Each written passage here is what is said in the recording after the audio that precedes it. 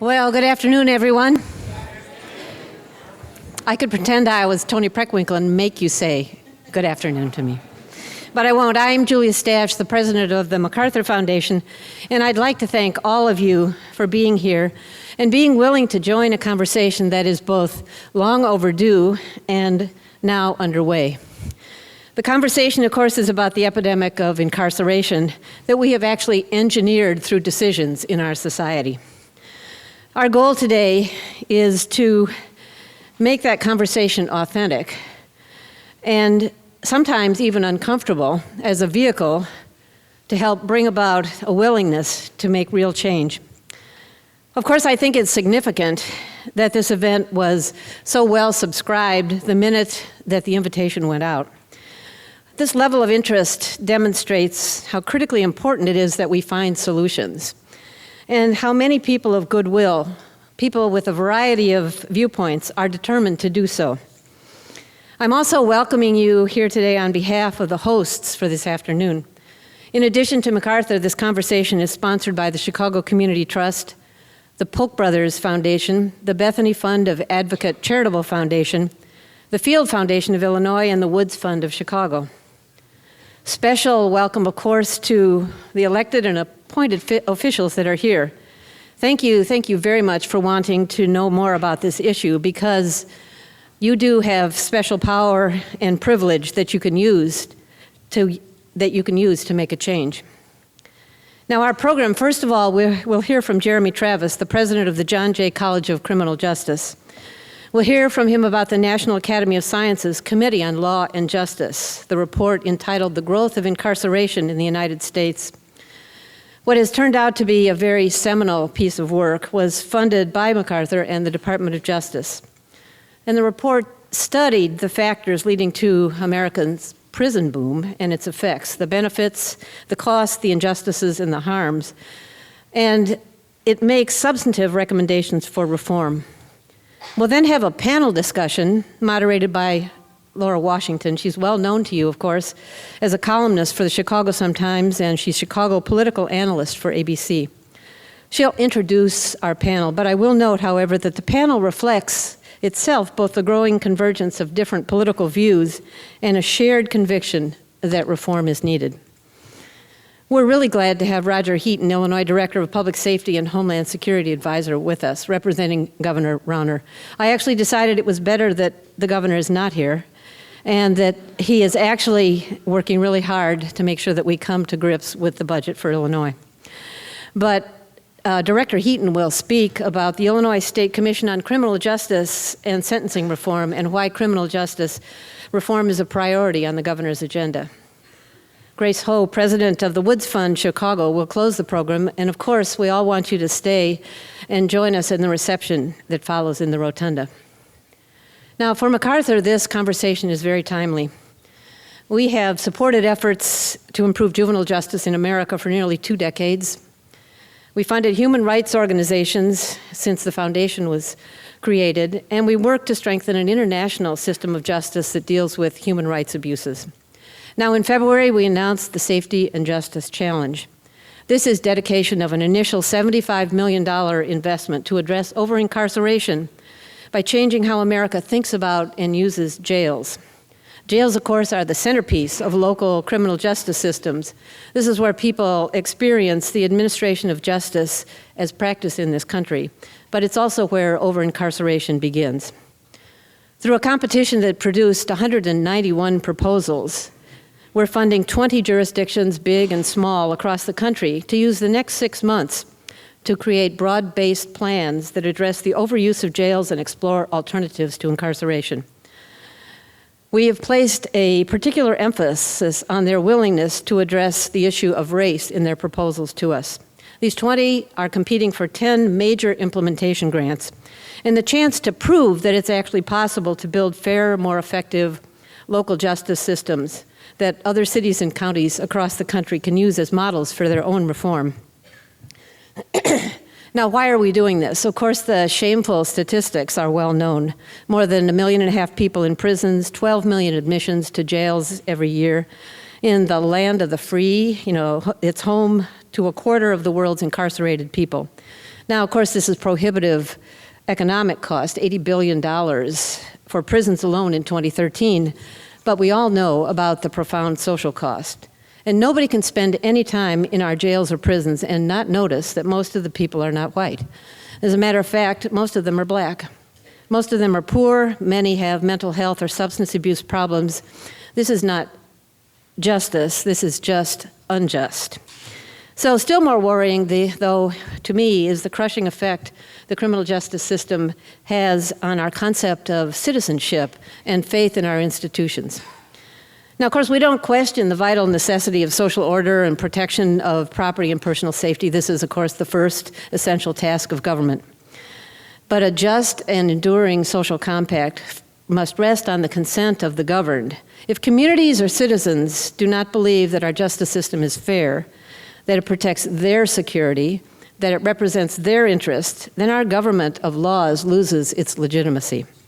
Now, of course, crime is now at levels as low as those in the early 1960s, but more than 4 times as many people are incarcerated, and this is doing enormous damage to them, their families, and their communities. We've now reached a point, and that's why this conversation is so critical. We've reached a point at which our solutions seem to be doing more harm than good. And we need, with some urgency, to find a better way for people, for communities, and even for our democracy, which of course brings me now to Jeremy Travis. His unparalleled career is described in the program, but as chair of the National Academy's panel that produced the seminal report on incarceration, he's just the right person to kick off the conversation today. So please join me in welcoming Jeremy Travis. While we're waiting for this to be set up, let me just tell you how delighted I am to be asked to speak to you this afternoon. And thinking about addressing you, I realized that there are really 2 reasons why I'm here. One is to, once again, as I have done on many occasions before when I've come to Chicago, to pay tribute to the MacArthur Foundation. I've had occasion to reminisce about my interlocking relationships with this foundation over now close to 20 years and realize, thank you, how important they've been to my own sort of professional and intellectual development, but also, I think, really important to the country. So Julia Stasch talked about some of the investments that MacArthur has made over the years in juvenile justice reform, which has brought juvenile detention and prison rates down to new lows, in violence reduction initiatives here in Chicago, and I'm pleased to say that John Jay has been part of that. When I was NIJ director in the Clinton administration, we partnered on the project on human development in Chicago neighborhoods that really developed a new understanding of violence, the relationship between communities and violence. And more recently, we've been working together on issues involving the safety and justice challenge to focus on jails. And right before that, this particular report that I'm going to talk about today, I chaired the Committee on Law and Justice at the National Academy of Sciences, and we realized many years ago that one of the most profound challenges facing our country is the challenge of what we call mass incarceration. And everybody has a contribution to make to figure out how to reverse course here. And the contribution of the National Academy of Sciences was to review the science, to review the evidence, to help our country understand how we've come to where we've come to, which I'm about to describe. And I called Julia Stasch at an early point in our thinking about this project, and she quite quickly said that MacArthur was interested in providing half of the funding to be matched by NIJ. And that phone call led to the production of this book. I'm going to hold it up just to this is like a progress report to the foundation. Here it is. It's real. But also just to say that I'm encouraging people to get this. There are also handy-dandy little summaries outside that come in 4 pages. But do download it. It's free. There have been 10,000 downloads of this book. It's the 4th most frequently downloaded report of the National Academy of Sciences. That says to me that there's something going on in the country. And it's very important for us to feel some sense of optimism today, because what I'm about to describe could easily lead us to feel very pessimistic about our democracy. And I try to be light and sort of a glass half full sort of guy. But I'm going to tell you a story that's documented in this book of where our democracy has been over the last 50 years, basically. The second reason I came today is really to publicly applaud your governor. I've been on this lecture and speaking circuit now for years talking about mass incarceration and have developed this device that I trot out every once in a while called the Brave Governor speech, which basically says that our incarceration rates are too high, our crime rates are low, it's too expensive, it is inconsistent with our democracy, it is a distortion of our notion of what to do in response to crime. It is undermining our pursuit of racial justice. It has become a legacy of slavery and Jim Crow. It's time, I say, for us to reverse course.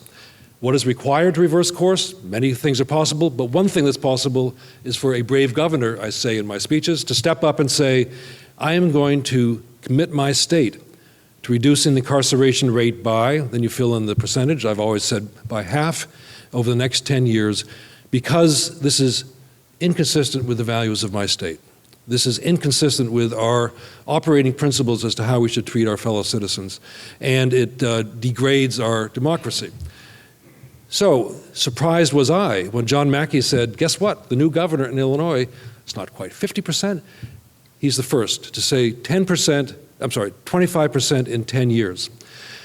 So Governor Rauner, in my book, gets a lot of credit for that. The equivalency to me is President Kennedy's speech in 1961, newly elected president, saying we're going to put a man on the moon in 10 years. No one said to him, where's the engineering to do that? What exactly is the budget allocation required to get there? He stood up and said, it's in our national interest to be the first to explore space and put a man on the moon. So the same philosophy applies here. We know that we can reduce incarceration rates by half. That's not the question. There are many ways to do it, actually, and half is not a big stretch. Actually, half, I think, is a very modest goal. But what it requires is the political courage and statesmanship, frankly, to say, we're going to do it. So I just wanted to be here to applaud your governor, even though he is, I gather, has other things keeping him quite busy trying to resolve some budget issues. So the closest I can come to thanking him is to acknowledge that Rodger Heaton is here, and to say, Rodger, when I leave, this book is for you. So I expect I'm a professor, so I'm going to quiz you on it tomorrow morning. Okay. So here's the journey we're about to take in the next 15 or 20 minutes or so. I'm now speaking to you in the voice of the chair of this panel. All of the findings are in the book. I won't editorialize. I'll just every once in a while say something that illustrates the point. I do that because I want you to understand that our National Academy of Sciences, the voice of science for the nation, is the author of this book. I'm the editor, co-editor with Bruce Western, my vice chair. There were 20 experts convened for this. But this is a distinctive voice on these issues because it is the National Research Council of the National Academy of Sciences. I won't go through the peer review process, but it's the most rigorous peer review process that I've ever been through before something gets published because it has the imprimatur of the National Academy. So just look at the cover of the book, if you would. That's the first slide here. You got the title. It's about causes and consequences. We were asked to answer two questions. How did we get here? What are the causes of the ramp-up of the use of prison? And secondly, what are the consequences of our having made these decisions that bring us to this point? Consequences for the people incarcerated, consequences for public safety, consequences for their families, for health, mental health issues, for democracy. So those two questions animated this work. But also look at the cover of the book because it illustrates in a powerful way the story. And we'll go through this a little bit more carefully, but this is the story of our democracy. Starting in 1920, we had an incarceration rate of about 110 per 100,000. It bounces along until 1972 and then starts to go up every year after that. It's gone up until we reached 2009. It increased fourfold. Illinois has your version of that experience. And it's come down a little bit. It's actually just flattened out as far as I'm concerned. We asked for that to be the cover of the book after rejecting 20 others because we wanted to tell that story. So let's go. So National Academy of Sciences, if you want to know more about it, check it out. But it's the authoritative voice of science for the country. Yes, it was established by President Lincoln. That's how long it's been around. So we were a consensus committee. This means that the 20 of us spent 2 years, not all the time together, but over those 2 years, 6 meetings where we came together and tried to look at the literature that would answer the questions that we were asked to answer by the National Academy. It's an intense process. To end up with a consensus means that I, as chair, and all of us had to work really hard to make sure that we weren't just exercising our personal opinions. It was a consensus report. I've already thanked NIJ and MacArthur, so this slide says a lot because it would not have been possible without MacArthur. So if you're in this world, you'll recognize some of these names. These are mostly scholars, experts, a corrections official, a judge, people who do policy work. But these are the leading scholars in the field who came together willingly, enthusiastically, and put in a lot of work, so we owe them a big debt of gratitude for their willingness to take on this task. So I've already gone over the charge, 2 questions, the causes, the consequences, but note the 4th bullet there. What are the implications of the evidence? What is the implications of what we found for policy? That's what's going to get us to the Illinois conversation. So keep that in the back of your mind. The National Academy doesn't make recommendations. That's just not what a science group does, but it looks at the evidence and says that evidence leads us in a direction. So what are the implications based on the evidence? So, incarceration rate, 1925 to 1972, very stable. This is actually slightly higher than the European incarceration rate right now, but we looked a lot like Europe back then. Note that during this period of time, there were cataclysmic events in our country. The Depression, the World War, the Roaring Twenties, hard times, expanding economy, social disruption, changes in the industrial base of the country. Very little change in our rate of incarceration, the rate per 100,000 that we put people in prison. Then what happened in 1972? So this is the first question. What happened in the mid-70s? And what continued to happen over the next decades to our country, over the decades until 2009? So we'll come back to that in a second. But let me just put this in another context. Some of us, some of my colleagues who are on the next panel, Marc Levin and John Chisholm and Lori Garducki, were in Germany 2 weeks ago, and we stepped into another world in terms of the way that they think about using prison. These are the European incarceration rates. This is now prison and jail. What I showed you before was just prison. This is prison and jail. England, look how England is sort of the outlier there. I'm about to put up the American number. This is our incarceration rate, prisons and jails. So when we talk about American exceptionalism, how we stand outside of the rest of the Western experience, bingo, we have done something no other country has ever done to respond to crime. So let's go through it slowly. So our first conclusion, is just important to hold on to this as Americans, to understand this, is that we are at a place we've never been before in our own history. It took us 40 years to get here, but we are a place we've never been before. And we stand outside of the rest of the world, the rest of Western democracies. So we're internationally unique as well as historically unprecedented. So how did this happen? That's the obvious question. The important thing to hold on to here is that we went through a period of social unrest with rising crime rates in the 60s and 70s. Those of us of a certain age will remember that. It was a time of a lot of upheaval. Our democracy, our elected officials responded to that in ways that other democracies have not. Other democracies that went through similar periods of rates of increasing crime, we doubled down on prison and then tripled down and quadrupled down on prison. So there's lots of things, and this is chapter 3 and chapter 4, if you want to read it, that allowed our political response to crime to become a punitive response to crime. And our punitiveness is expressed in our desire to put people in prison. During the same period of unrest, what happened was that the tough on crime rhetoric that became popular and effective for people running for office as DAs, which most countries don't do, for judges, as most countries don't do, for legislators, which a lot of countries do, of course, and for governors. People running for office discovered a winning political strategy. To respond to the unrest, respond to the insecurity was, I'm going to be tough on crime. Right? So that became our political strategy at the national level. Presidents ran for this. The president I worked for, Bill Clinton, tried to figure out his response on crime. Richard Nixon did, everyone did. But it was mostly at the local level in elected state legislators, because it's basically state legislators who set punishment policy.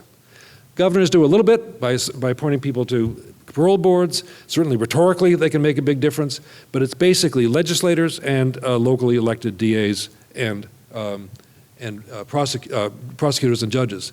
But also note that during this period, the tough on crime response became heavily racialized. And so it played into a long history in our country, going back to slavery and to Jim Crow and convict labor and residential segregation in the North and the Great Migration. So this social unrest, at the same time that there was a call to do something, became heavily racially determined. Willie Horton is the only example I need to remind people of, so that this was an undercurrent at the same time that we had this tough on crime rhetoric. So how did this translate? So this response, tough on crime response, has to translate somehow. How does it translate in our democracy? Punitive sentencing legislation, mandatory guidelines, mandatory prison sentences. That was a legislative response. We also changed our drug enforcement policy. We launched a war on drugs as well as a war on crime. And we ended up with sentences that were much longer than before, many more mandatory minimums, and a war on drugs. So during this time, when we were making long sentences longer, requiring that people go to prison for offenses that otherwise would have been subject to community sanction, and we launched a war on drugs, during that same time, of course, the prison population expanded significantly. So there was no particular change in the sort of arrest practices and the response to arrests. It was a response to once a conviction was obtained, longer sentences, mandatory minimums, and more drug sentences. So during the period of time that overall the incarceration rate increased fourfold, during that ramp up, for drug offenses, the incarceration rate increased tenfold. So we got really tough on drugs. And here's where the racial dynamic plays out in particularly insidious ways. If you look in the mid-1980s, admission rates for drug offenses by race during the crack epidemic, it's like a spike. And we got really tough on crack. So all of this comes together to create what we call mass incarceration rates today. So I want to just pause a second, just to take a sidelight right here, to talk about the impact, although I'm not talking about consequences yet, but I just want to sort of make clear the consequences of our choices. So these are all choices we made to increase our punitiveness. Those choices are not evenly distributed across the population. They are concentrated in poor communities, they're concentrated among men, and they're concentrated among men of color in poor communities. And within that, they're concentrated among men of color in poor communities who live at the margin. And we're going to describe that by talking about high school dropout rates. We basically have put, 1 million plus more people in prison at any given time. And it's mostly drawn from high school dropouts. I mean, just think about it. What have we done to the notion of the American dream and upward mobility? But it has a racial dynamic that I want to illustrate here. So we have two cohorts. So if you're statistically oriented, we have a cohort of people born in the late 1940s. This is basically the baby boom era. And we're looking at the probability that somebody born in that era, who's a male who drops out of high school, before he turns 35, serves at least a year in prison. You with me? Probability, male, high school dropout, by race, serves at least a year in prison for the baby boomer generation. And there you see on the right-hand side, it's about 15%. Probability, before turning 35, of at least a year in prison. So then we start the prison buildup. Incarceration rate increases significantly. It's not spread equally. It's heavily concentrated among a highly vulnerable population. Male, African-American, high school dropouts sort of make the point. For the cohort born in the late 1970s, who came of age as the prison boom was booming, the same African-American male high school dropout now has a 68% chance of serving at least a year in prison before he turns 35. That's in our lifetime. So you just have to ask yourself, what have we done? And this is not a reflection of criminal behavior. We remind people that our crime rate's the lowest it's been, Julie said, since 1960. This is a reflection of our choices through our democracy of being very punitive in response to crime. And this is the consequence. So people would say, logically enough, well, okay, Travis, you just said we have a low crime rate, we have a high incarceration rate. There must be some causal relationship between the two. It must be we have this low crime rate because we have this high incarceration rate, and so if we reduce the incarceration rate, we're going to have a higher crime rate, right? That's going to be the John and JQ citizen sort of response on the street. So chapter 5 of the book takes on this issue and asks, what's the science on this question? What do we know? And people do this statistical modeling way beyond my capability to try to unpack that question. And the first thing we know is that it's really hard to unpack. So, okay, that's difficult, but we still soldiered on. We know there are a range of estimates, none of them definitive. So what we say in the book is that, to the best we can determine, the public safety benefit of this huge ramp up, $80 billion we spend on incarceration, is very modest. So that's the overall aggregate conclusion. It's likely to be small is another way of saying the same thing. But when you look at the drivers of incarceration rates, we made long sentences longer by electing officials who said they would do that, and they did that. We imposed lots of mandatory minimums because we elected people who said they would do that, and they did that. We launched a war on drugs because our elected officials did that.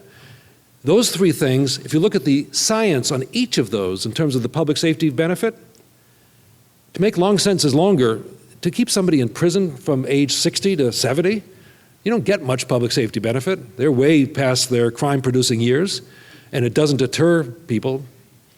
If you keep, the science is very clear, mandatory minimums, you don't get much public safety benefit by taking people who would otherwise be sanctioned in the community and say you have to go to prison, disrupt their lives, you take them out of their jobs, you actually have a criminogenic effect. And we know that the war on drugs has been very costly, and the drug use rate is the same, and the drug prices are about the same. So there's very little support for the proposition that any one of those drivers has had a significant effect on public safety.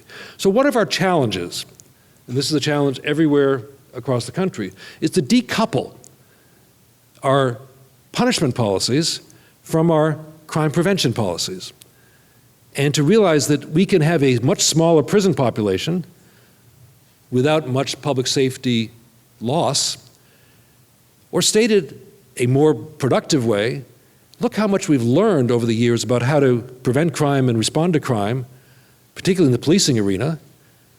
And why don't we invest in that rather than putting people in prison until they die? So we need to decouple these two. So that's the chapter 5. I'm not going to go through each of the other chapters. We look at employment rates, families, children, impact on health, and the impact on the psychological impact of being in solitary, of being treated the way people are treated in our prisons. There's a lot of research, not nearly enough. The net effect of, or the net sort of aggregate picture here is that this is very damaging to people in prison, to their families, to their return to the labor market, and to their lifetime earnings. The best estimate is that somebody who's just been in prison, that's all, compared to someone who hasn't, just like him, for his lifetime suffers a 10 to 30% loss of earnings.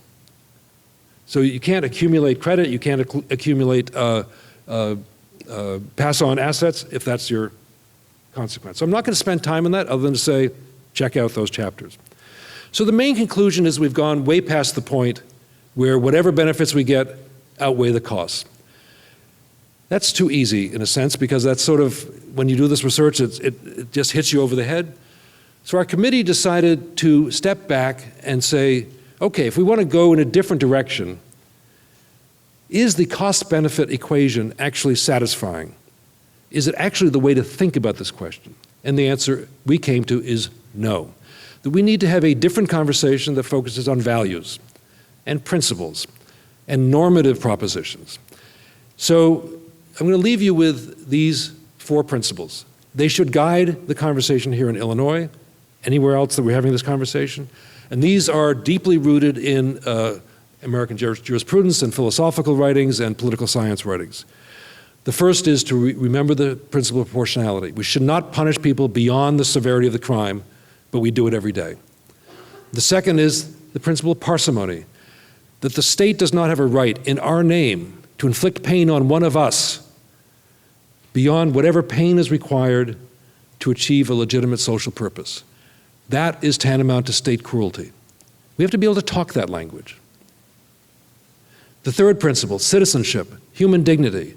We need to be able to talk about people in prison as our brothers and our sisters and citizens who are temporarily removed from society and treat them accordingly while they're in prison and restore them to full citizenship when they return. We went to Germany. They're voting in the prisons in Germany. Why don't we do that here? They're citizens. Fourth principle is the principle of social justice. This is the most powerful of all because it says that a prison is a social institution that's created by us. It has to advance the well-being of our society. And it shouldn't so disadvantage one group of our society as it does now with African Americans, and Latinos, and men, so that we don't advantage them when they return. We have damaged them and their standing in our society. It has to be, prisons have to be open to public scrutiny, to transparency, to accountability. So the recommendations flow from this. They're very simple. We have to reduce long sentences. We have to reduce mandatory minimums. We have to rethink the war on drugs. We have to get inside prisons and make them humane. We have to keep people there only as long as they need be there and then return them to society so they can function as full citizens. And we need to elevate prisons as a pillar of justice, not as an instrument of injustice. Thank you very much.